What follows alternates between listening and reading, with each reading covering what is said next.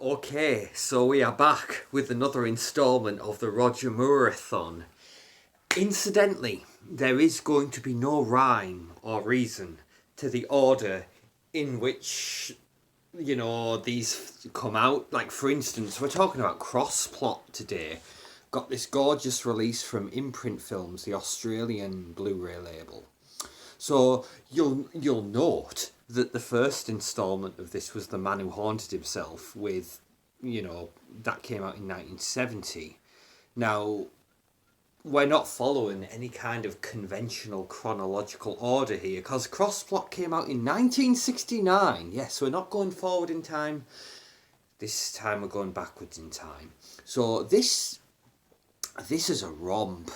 I had seen this before, but I was quite taken with it, and obviously I found this gorgeous release that Imprint did, and I wanted to get a physical because I'd first watched it as part of my Amazon Prime subscription, and then I was like, oh no, I want to own this. But I want to build up my Roger Moore collection, and this will kind of go in tandem with that.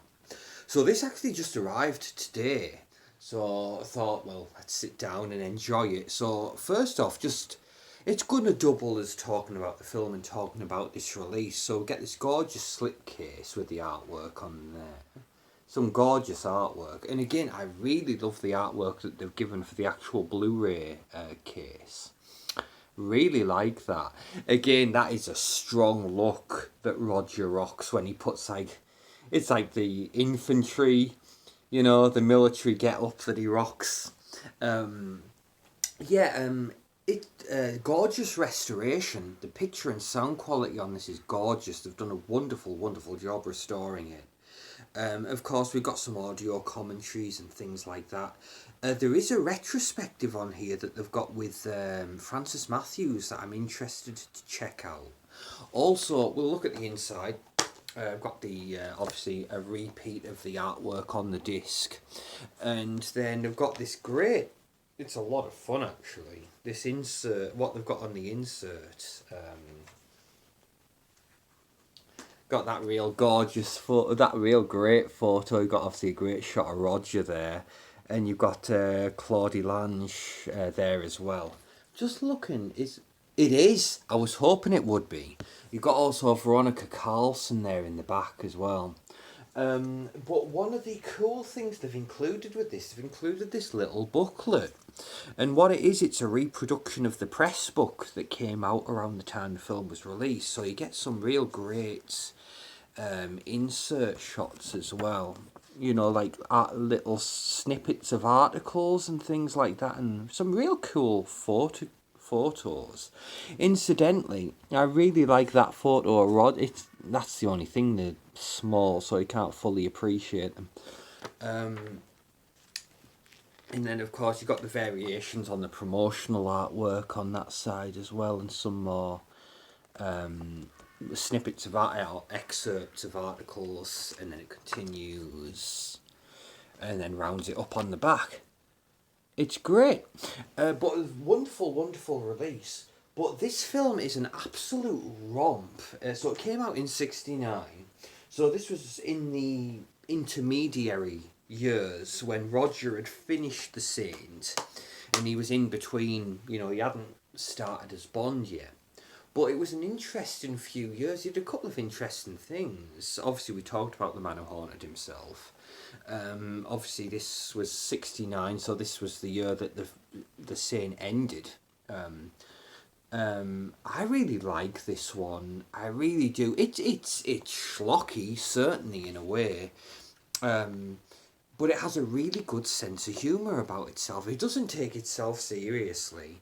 So basically, what this is, Roger plays an ad executive in this, and basically he's got this whole campaign that he's working on, and he's looking for a model.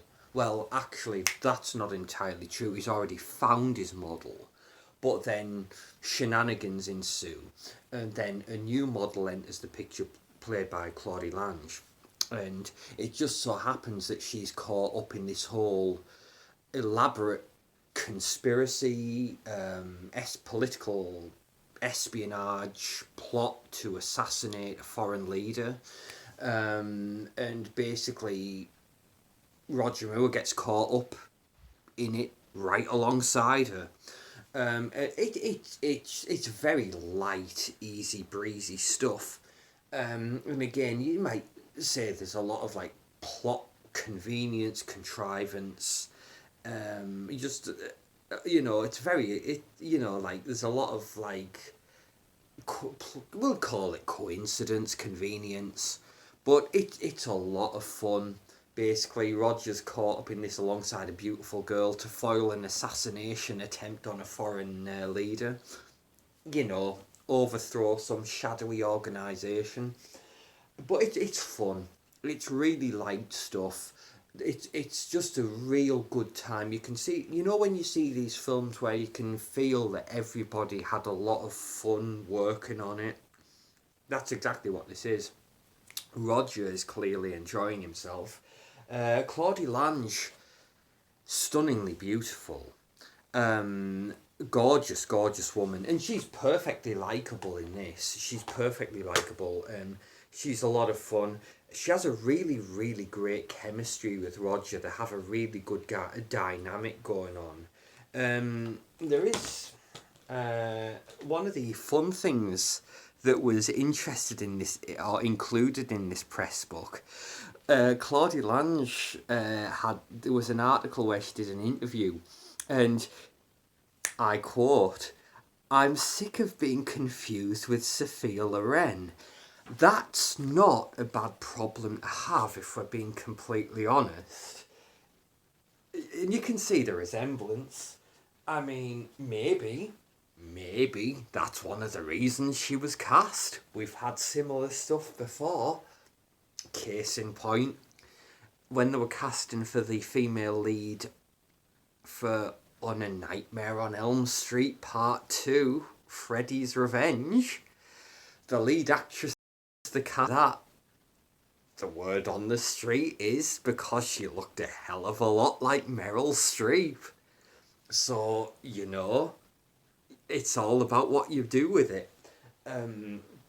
But yeah, she's great. She's lovely. She's fun. She has a great dynamic with Roger. And like I said, there's a great sense of humour that this thing has about itself. And the cast in this, we get some really great character actors, kind of like what we had in The Man Who Haunted Himself. In this, we get, of course, the ever reliable Francis Matthews. I love that man. Dracula, Prince of Darkness, Rasputin the Mad Monk, Revenge of Frankenstein, although not necessarily in that order. And then, of course, he was in the Morecambe and Wise films, wasn't he? He was in both of them, wasn't he? Riviera Touch and The Intelligence Men. But he's one of those guys, I always like him. And then, of course, we've got others. We've got Dudley Sutton from The Devils. And while we're on the subject, we're getting... That's going to be great, isn't it? We're getting the uncut version of The Devils from, well, ultimately it is thanks to Warner Brothers, but their new label that they've launched, is it Clockwork? What a way to launch it, with the uncut presentation of Ken Russell's The Devils. Get ready for it, it's going to be good. I know Mark Kermode must be very pleased with himself. But yeah, Dudley Sutton's great in this. And then, of course, we've got, obviously, Bernard Lee. Bernard Lee shows up. All right. And even just some of, like, we get, Alexis Canner. Now, he plays this aristocrat. He's ultimately, he's involved with this, like, revolution that's going on. Fight for peace. But he's ultimately revealed to be part of, like, the royal family, some kind of aristocrat. But initially he's presented in a rather antagonistic fashion, but then when it ultimately revealed, he's actually a really good guy. and he helps Roger out a lot. And he's very, very good. When he's ultimately, revealed, okay, we're on the same side. It's fine. I'd misjudged you, but he's a really good guy. We get a very, very milfy Martha Hire. She's kind of one of the principal figures in this whole conspiracy espionage plot that's going on. Her and Bernard Lee are kind of like the two principal figureheads in it.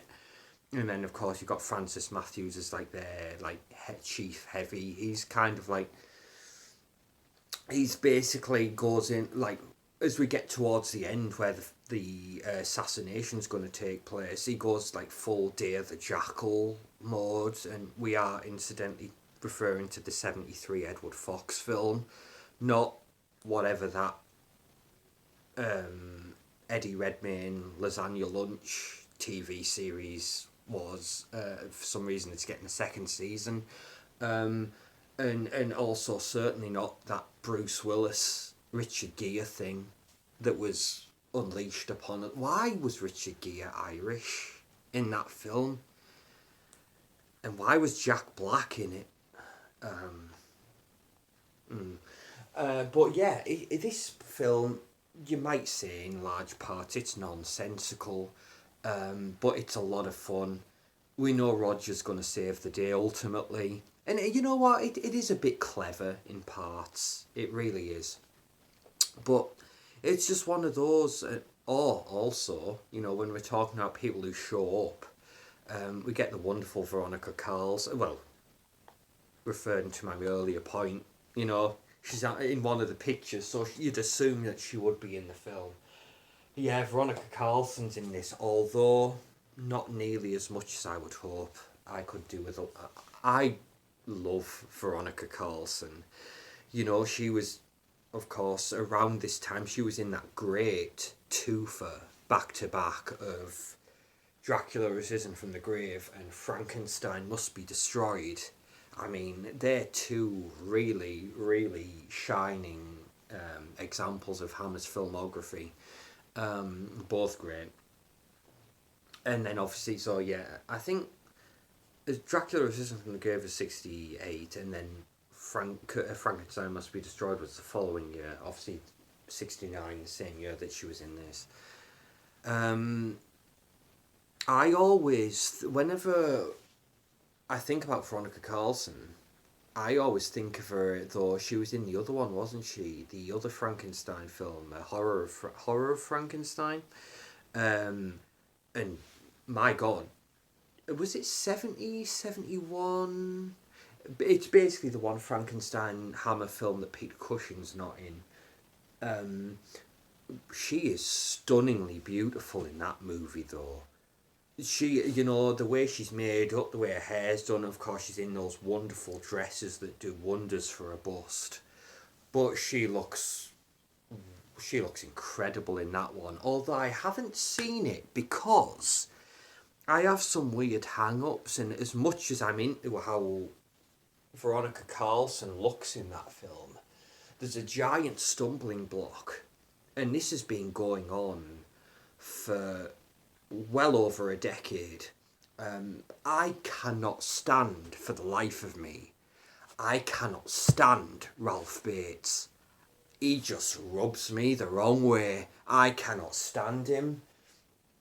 He grinds on me. I mean, obviously, I really like Taste the Blood of Dracula, and yeah, he's in it, but he dies horribly. Same with is it Fear in the Night? The one where Peter Cushing's in it and he ends up hanging Ralph Bates from a tree. Good man Peter. And I got to tell you about this time that I sat down, because I got they did a wonderful, well, half of it's wonderful. They did a 2-disc release of The Vampire Lovers and Lust for a Vampire. Now, The Vampire Lovers is great. I think I touched on this before, but you get lesbian vampire Ingrid Pitt with Kate O'Mara and Maddie Smith. it's all going on. But then the second disc in the collection, Lust for a Vampire. You know what? I mean, it was the one installment in the Karnstein trilogy that Peter Cushing's not in. Of course, he's in Vampire Lovers and Twins of Evil. That got its own release, Twins of Evil, as a single disc. But he's not in Lust for a Vampire. But Ralph Bates is. But it's alright, because again, he dies. So it's alright. But yeah, where was I? Veronica Carlson, yes. So the way the story goes, she's the original model that Roger intends to be a part of his, project that he's launching at the ad agency. But then Dudley Sutton basically swaps out photographs for Claudie Lange. And then that's how she gets dragged into it, and Roger gets dragged into it, and it all goes from there. So, yes, I would love to have seen more Veronica Carlson in more ways than one. But she has a fun scene with Roger, and again, it's just all in good fun. But like The Man Who Haunted Himself, this film is obviously it's very British, and it's all the better for it. But it's a wonderful time capsule of a film like Man Who Haunted Himself. A snapshot of a period of time that we're never going to get back. Obviously you get that great shot in Man Who Haunted Himself when he's driving home from work before the accident happens, and you get all these shots of London. We get a similar thing here.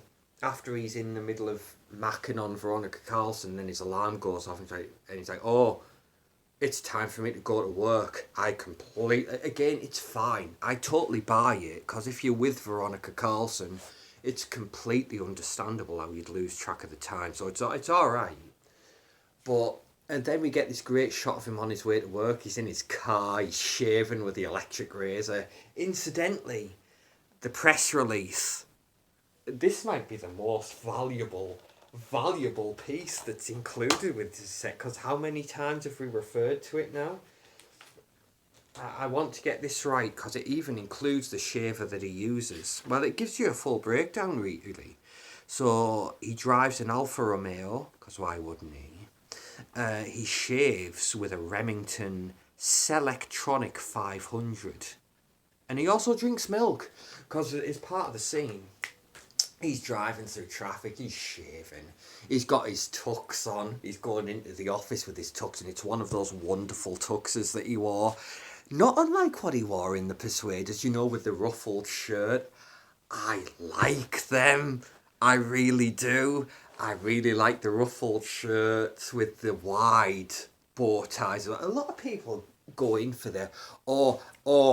I like the slim fit, I like very skinny fit, and I like the very skinny bow tie. These are probably the same kind of guys that button the shirts up all the way at the top, even when they're not wearing a tie. You know the kind I mean. And probably the same guys, I don't know why this is a thing, that wear those half-mast trousers. They don't go all the way and drape nicely on the shoe.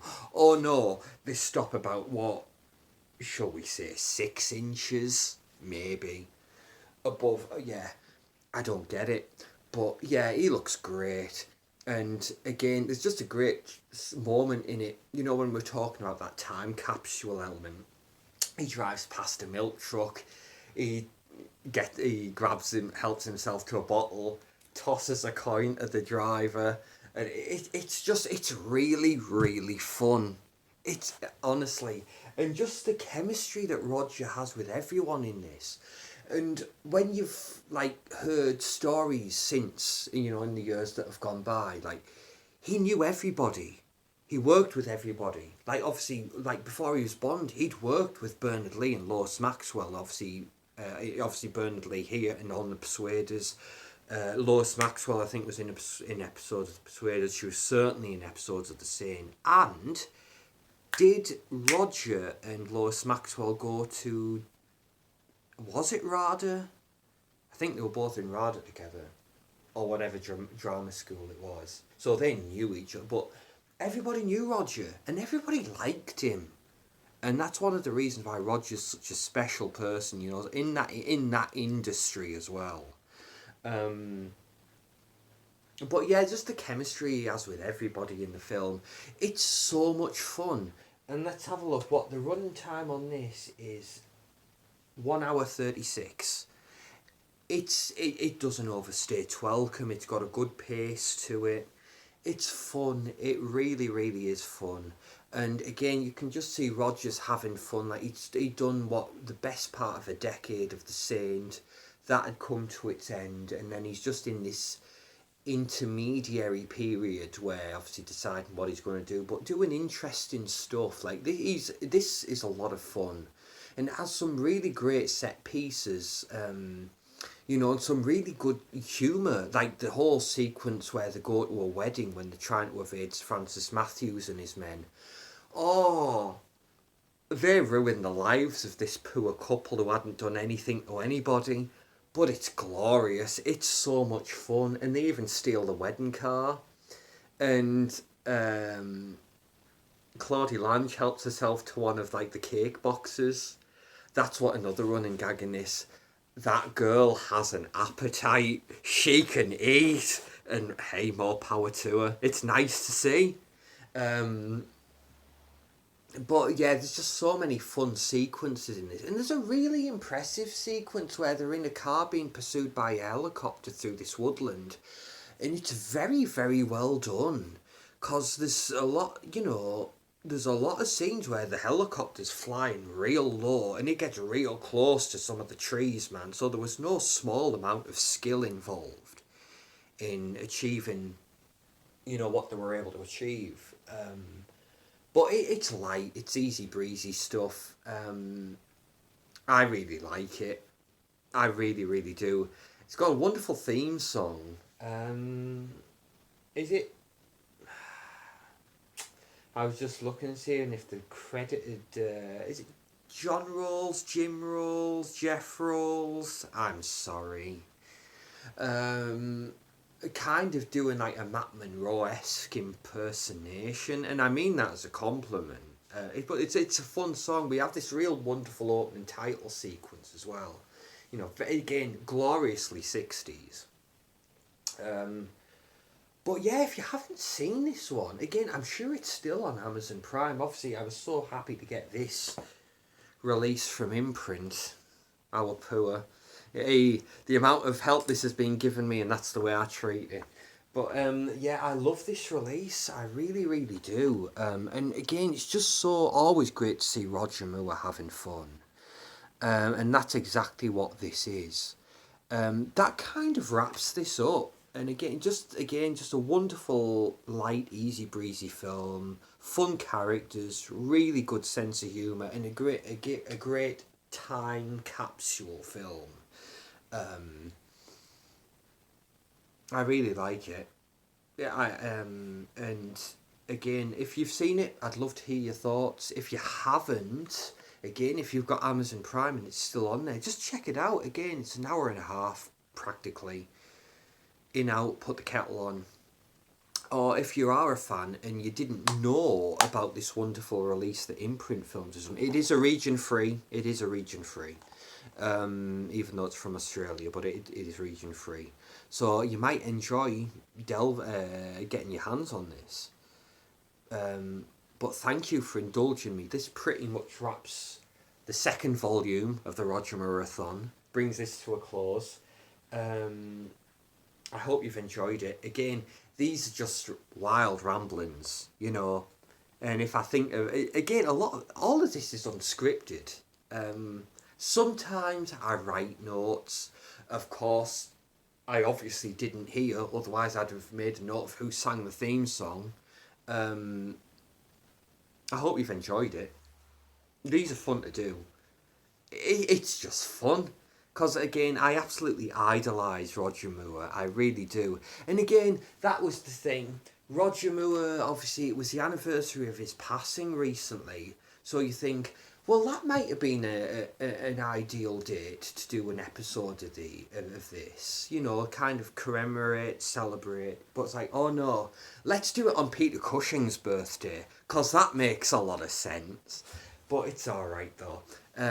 Hey, thank you for listening to me yammer on about this. I hope you've enjoyed it. And again, check out Crossplot, because it is a lot of fun. And I will see you in the next one, everybody. Thank you, everyone. Bye-bye.